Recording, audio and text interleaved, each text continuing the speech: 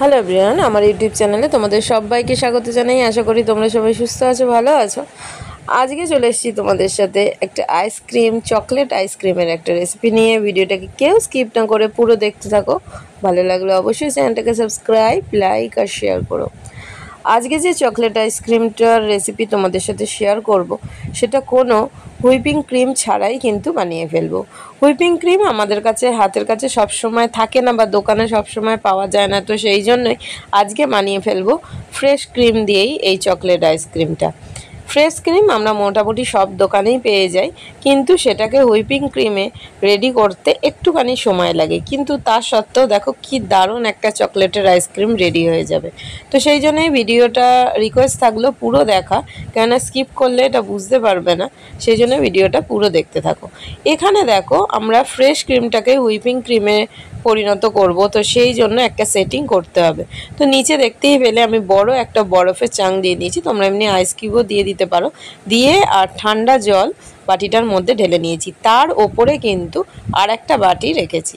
এবার ফ্রেশ ক্রিমটা থেকে দেখো যে সলিড যে ক্রিমটা ছিল সেইটাকে বার করে নিয়েছি। আর এখানে দেখবে পুরোটা কিন্তু এইরকম ক্রিমি থাকে না, মানে একটা দেখবে লিকুইড পার্ট থাকে আর একটা এইরকম পুরো যে সলিড ক্রিম সেটা থাকে। আমি দুটোকে পুরো আলাদা করে নিচ্ছি। যেটা ক্রিমি যে ব্যাপারটা দেখো, ক্রিমটা তুলে নিয়ে সেইটাকে আমরা হুইপিং ক্রিমে করব। তো সেই জন্য এটাকে ভালো করে কিন্তু এইভাবে এইভাবে ফেটিয়ে নিয়ে কিন্তু এটা হুইপিং ক্রিমে রেডি করতে হবে। আর এই যে লিকুইড পার্টটা এটাও কিন্তু ফেলে দেব না। আমি এখানে যেটা রেডি করছি, এখানে 500 গ্রাম মতো দুধ আছে, মানে এক প্যাকেট যে মাদার ডেয়ারি দুধ সেটা আমি নিয়েছি। তার সাথে ওই যে লিকুইডটা ছিল ফ্রেশ ক্রিমে সেটা কিন্তু ফেলে দিইনি, সেটা এর মধ্যে দিয়ে নিয়েছি। দিয়ে একসাথেই কিন্তু এটা জাল দেব। দেখো দুধটা আমি বসিয়ে দিয়েছি, গ্যাসের যে ওভেন আমি জ্বালিয়ে দিয়েছি। এবার এটা পুরোপুরি গরম হওয়ার আগেই, মানে যখন ফুটবে তার আগেই কিন্তু আমি এখানে কিছুটা তুলে নিচ্ছি। এটা আমি এখানে দেখবে কিছু জিনিস কিন্তু এখানে অ্যাড করব, সেই জন্য এটা আমি তুলে নিলাম। আর এখানেই দেখো আমি যে দুধটা তুলে নিলাম তার মধ্যে আমি কিছুটা পরিমাণ এখানে কর্নফ্লাওয়ার অ্যাড করলাম, কর্নফ্লাওয়ার দিয়ে দিচ্ছি। আর এখানে দিচ্ছি কোকো পাউডার। তোমরা কিন্তু যতটা কোয়ান্টিটিতে করবে, আমি তো যেটুকু পরিমাণ করছি সেটা তোমরা দেখতেই পাচ্ছ যে ক চামচ দিচ্ছি বা কি, সেটা তোমাদের সাথে শেয়ার করছি। আর তোমরা কিন্তু তাও নিজেরা যতটা করবে সেটা কিন্তু পরিমাণটা বুঝে দেবে। তাও আমি দেখছি, যদি পারি ডেসক্রিপশানে কোয়ান্টিটিটা আমি ওটার লিঙ্ক একটা দিয়ে দেবো। তো দেখো এটাকে ভালো করে মিশিয়ে নিতে হবে, এর মধ্যে যেন কোনো রকম লাম্পস না থাকে। ভালো করে এটাকে মিশিয়ে নেব। তো দেখো মেশানো হয়ে গেছে, এটা আমি সাইডে রেডি করে রাখছি। আর এদিকে যে দুধটা আমি বসিয়েছিলাম সেটা কিন্তু এটা ভালো করে ফুটিয়ে নেব। তার সাথে আমি এখানে দিয়ে দিয়েছি চিনিটা আমি এখানে 2 কাপের কাছাকাছি দিয়েছি। তোমরা যদি মনে করো যে আরেকটু বেশি মিষ্টি দেবে সেটাও দিতে পারো, কিন্তু একটা কথা মাথায় রাখবে, খুব বেশি কিন্তু এখানে মিষ্টি হলে বা চিনিটা দিলে কিন্তু যে ক্রিমি একটা যে স্ট্রাকচার থাকে সেইটা বা আইসক্রিমের এটা রেডি করতে কিন্তু একটু প্রবলেম হয়। তো আমি এখানে দেখো ওটা হয়ে গিয়েছিল, আমি এখানে আরেকটু চকো পাউডার অ্যাড করছি। তো সেই জন্য আমি একসাথে এটাকে করে রেডি করে নিচ্ছি। তো এটাকে ভালো করে আগে ঘেটে নেবো, যাতে তোমাদের বললামই যে এর মধ্যে কোনো রকম লাম্পস না থাকে। তো এটা রেডি হয়ে গেছে, এইভাবে রেখে দেবো। এটা এমনিও রেখে দিলে দেখবে একটা আরও থিকনেস চলে আসবে। এটাকে যদিও আমি পরে এই দুধের মধ্যে দিয়ে জাল দেব, কিন্তু আগে এই দুধটা যেটা বসিয়েছি সেটা কিন্তু ঘন করে নেব। এটা 10 মিনিট মতো কিন্তু আমরা যে দুধটা বসিয়েছি সেই দুধটাকে 10 মিনিট মতো আমাদের জাল দিতে হবে। তো এটাই হচ্ছে, আমরা এত ঝামেলা না করে বাজার থেকে আইসক্রিম কিনে নিতেই পারি, কিন্তু গরমকাল বাচ্চারাও অনেক সময় আইসক্রিম মানে বেশিরভাগই তারা বায়না করে। তো বাড়িতে বানানো আইসক্রিমটা অনেকটাই হেলদি হয়, কিন্তু একবার যদি তোমরা এই প্রসেসিংটা বুঝে নাও বা বাড়িতে ট্রাই করো, তো মানে খেতে কিন্তু দারুণ হয়। বাইরের যে কেনা সেটার মধ্যে অনেক কেমিক্যাল থাকে, এটা কিন্তু সেটা ছাড়াই। তো এটা একদিন বানিয়েই ফেলতে পারো। তো দেখো দুধটা আমরা 10 মিনিট মতো জাল দিয়েছি, একটু ঘন হয়ে এসছে। এবার আমি এখানে কিছুটা দেখো আলমন্ডস নিয়েছি, এই দেখতেই পাচ্ছ আলমন্ডসগুলোকে কিন্তু আমি ছোট ছোট করে কাট বলো বা গ্রেড তোমরা যাই রকম পারো ছোট ছোট করে আমরা সাইজে কাট করে নেব। আর এখানে দেখো দুধটা আমার জাল হয়ে গেছে 10 মিনিট মতো।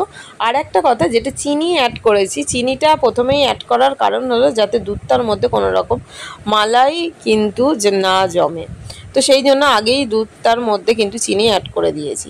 আর যেটা দুধের মধ্যে যে তোমরা দেখলে যে কর্নফ্লাওয়ার আর কোকো পাউডার দিয়ে রেডি করা ছিল সেটা কিন্তু এই দুধের মধ্যে ঢেলে দিয়েছি। দিয়ে এবার এটাকে একসাথে জাল দেব। এটাও আমরা প্রায় 10 মিনিটের কাছাকাছি এটা জাল দিতে থাকবো। তো এরকম দেখবে জাল দেওয়ার ফলে এরকম একটা থিকনেস চলে আসবে। আর তোমরা কিন্তু অবশ্যই এটা নাড়তে থাকবে, নইলে কিন্তু এটা তলায় ধরে যেতে পারে। এটা কিন্তু ধরে গেলে একটা বাজে স্মেল আসবে, তাহলে কিন্তু আইসক্রিমটা রেডি হবে না। তো আমরা এইভাবে নেড়ে নেব। আর যখন এরকম 10 মিনিট মতো হয়ে যাবে, থিকনেস চলে আসবে, এটাকে কিন্তু আমরা ফ্যানের তলায় ঠান্ডা করতে দিতে পারি বা এমনিও রেখে দিতে পারি। রেখে দিলেও এটা নাবিয়ে নিলেও কিন্তু আমরা একটুখানি এটা নেড়ে নেব, কেননা এরকম যদি না নাড়তে থাকি ওপরে একটা কিন্তু লেয়ার পড়ে যাবে, সেটা কিন্তু আমরা পড়তে দেব না। তো সেই জন্য আমরা যখন এটা ঠান্ডা হয়ে যাবে তখনও কিন্তু এটা ভালো করে নেড়ে নেব। এবার দেখো এটা আমার হয়ে গেছে। এবার যে ক্রিমটা আমি রেডি করেছিলাম সেটা আমি ফ্রিজে রেখে দিয়েছিলাম, ফ্রিজ থেকে বার করে নিয়েছি। নিয়ে এবার যে এটা রেডি করেছিলাম এটা কিন্তু ঠান্ডা হয়ে গেছে, অবশ্যই ঠান্ডা হতে দেবে। ঠান্ডা হওয়াতে এটার সাথে এটা কিন্তু পুরো মিশিয়ে নিচ্ছি। দেখো এরকমও তোমরা রাখতে পারো। কালারটা দেখো কি সুন্দর আসছে, দুটো কালার। কিন্তু আমি পুরোটাই মিশিয়ে নেব যাতে মানে একদম চকলেট টাইপের আসে। কিন্তু এই কালারটাও ভালো লাগছে, তোমরা যদি কেউ মনে করো যে এরকম রাখবে সেটাও কিন্তু রাখতে পারো। তো যাই হোক দেখো রেডি হয়ে গেছে। এবার তোমরা এটা কিন্তু স্কুপের মজাও নিতে পারো। তোমরা একটা পুরো এই যে মানে যে বাটিটাই করেছি সেটাও ধরেও কিন্তু তোমরা পুরো ডিপ ফ্রিজে রেখে দিতে পারো 6 থেকে 7 ঘন্টা। ও মানে এর ওপরে যদি তোমরা একটুখানি চকোস ছড়িয়ে দাও বা আলমন্ড বা কাজু একটু ওপরে ছড়িয়ে দাও, দিয়ে একবারে তোমরা এটা ডিপ ফ্রিজে ঢুকিয়ে দিতে পারো। কিন্তু আমি এইভাবে করছি না, স্কুবের টাইপের করছি না। এটা আমি দেখো এইরকম ছোট ছোট বাটির মধ্যে আমি ওপরে এর মধ্যে ঢেলে নেব, দিয়ে তার উপরে আমি এরকম চকো ক্রাঞ্চ আর আলমন্ডস দিয়ে দেবো। আমি এখানে টোটাল 8টা বাটি নিয়েছি, কিন্তু আমি এখনও জানি না যে 8টা বাটি পুরোপুরি হবে কি না। দেখি যতগুলো হয় ততগুলোতে এটা ঢেলে নেব। আর এইভাবে কিন্তু সুন্দর এটা রেডি হয়ে যাবে। এইভাবে তোমরা কিন্তু অবশ্যই ট্রাই করতে পারো। তো এইভাবে দেখো আমি প্রত্যেকটা বাটিতে ঢেলে নেব। আর যে দেখলে আলমন্ডসগুলো আমি ছোট ছোট করে কাট করে নিয়েছি। আর আমি এখানে তোমাদেরকে দেখাবো চকো চিপস নিয়েছি, সেই চকো চিপসগুলো ওপরে আমি দিয়ে নেব। তো মনে হচ্ছে না যে পুরো দেখো 8টা বাটি হবে, মনে হচ্ছে 6টাই হবে, কেননা আর একটুখানি আছে। যাই হোক এই দুটো বাটি আর এই দুটো বাটি আর হবে না। তো এই দুটো বাটিকে আমি সাইড করে দিচ্ছি। আর এই 6টা বাটি হবে, এইগুলোই আমি করছি। হয়ে গেছে দেখো প্রত্যেকটা এরকম রেডি করা হয়ে গেছে। এবার ওপর দিয়ে যে আলমন্ডসগুলো আমি রেখেছিলাম ছোট ছোট করে কাট করে নিয়েছি, আর ওপরে দেখো এই চকো চিপস দিয়েছি। তো এইভাবে সাজিয়ে নেবো প্রত্যেকটা। আর এখানে আমি ওপরটা কিন্তু ফয়েল পেপার দিয়ে কভার করে নেব। আর তোমরা যদি যেটা বললাম যে একটা বড় বাটি বা কোনো কিছুর পাত্রের মধ্যে রেখে ওইভাবেও ফ্রিজ করতে পারতে, তাহলে ওপর দিয়ে একটা কিন্তু ফয়েল পেপার দিয়ে দিতে, বা কিছুতে ঢাললে নিচটাতেও ফয়েল পেপার দিয়ে ওপরটাতে ফয়েল পেপার দিয়ে কভার করবে। তাহলে যখন তুলতে সুবিধা হবে, পুরোটা ধরে তুলে যেমন আমরা আইসক্রিমের বার কাটি সেইভাবে কিন্তু তোমরা ছুরি দিয়ে সেটাকে কাট করে নিতে পারবে, তাহলে কিন্তু অনেকটাই ইজি হবে।